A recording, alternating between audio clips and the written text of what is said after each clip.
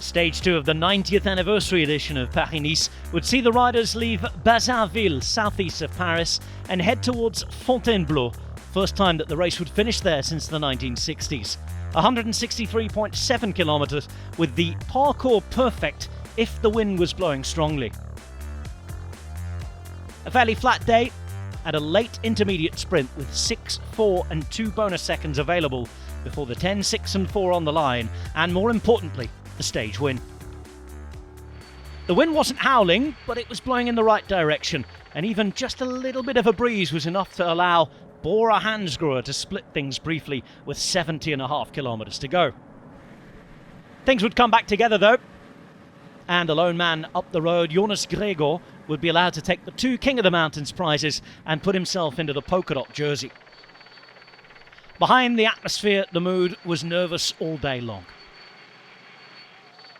Certainly after the first split had occurred, and that meant that the breakaway, the lone man, would be brought back with 54 kilometres still to go.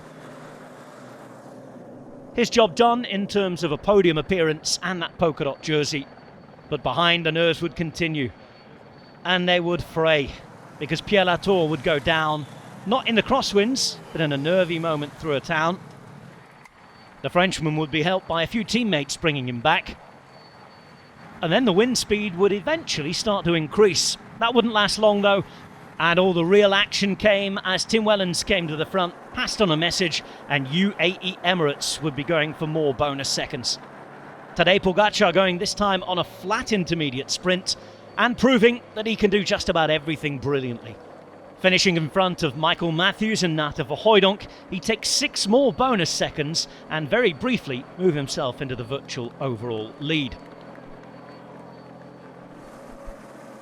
The 12.5 kilometres that remained passed by very quickly indeed. A crazy downhill run-in with speeds of around 90 kilometres per hour, followed by a couple of traffic islands inside the last kilometre and a half. They caused a crash with all sorts of nerves and moves left and right. The riders down, thankfully able to be getting back up, but seeing riders caught out. Inside the final 500 metres, a roundabout. Sam Bennett losing the wheel of Danny van Poppel. Tim Merlier already caught out by this point as well. Quite a few big-name sprinters not able to have a go. Mats Pedersen was though. For the second day in succession, the former world champion was right up there.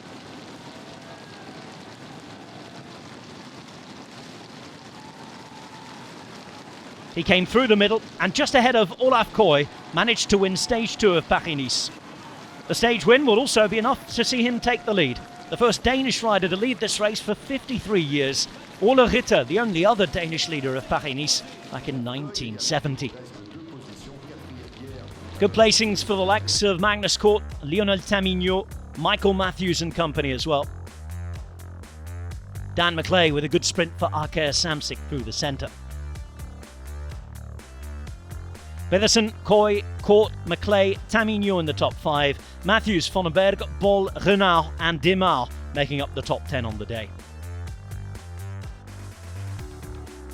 Yellow jersey on the back of Mats Pedersen.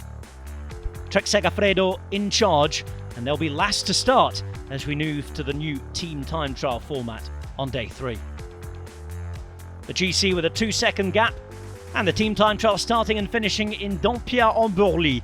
32.2 kilometres the distance, 1 time check on the way, but the novelty in that the first rider to cross the line sees his time taken and given in the general classification.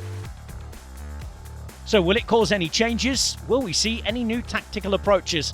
We'll wait to find out, and if you'd like to watch the race, you'll be able to do so on GCN+.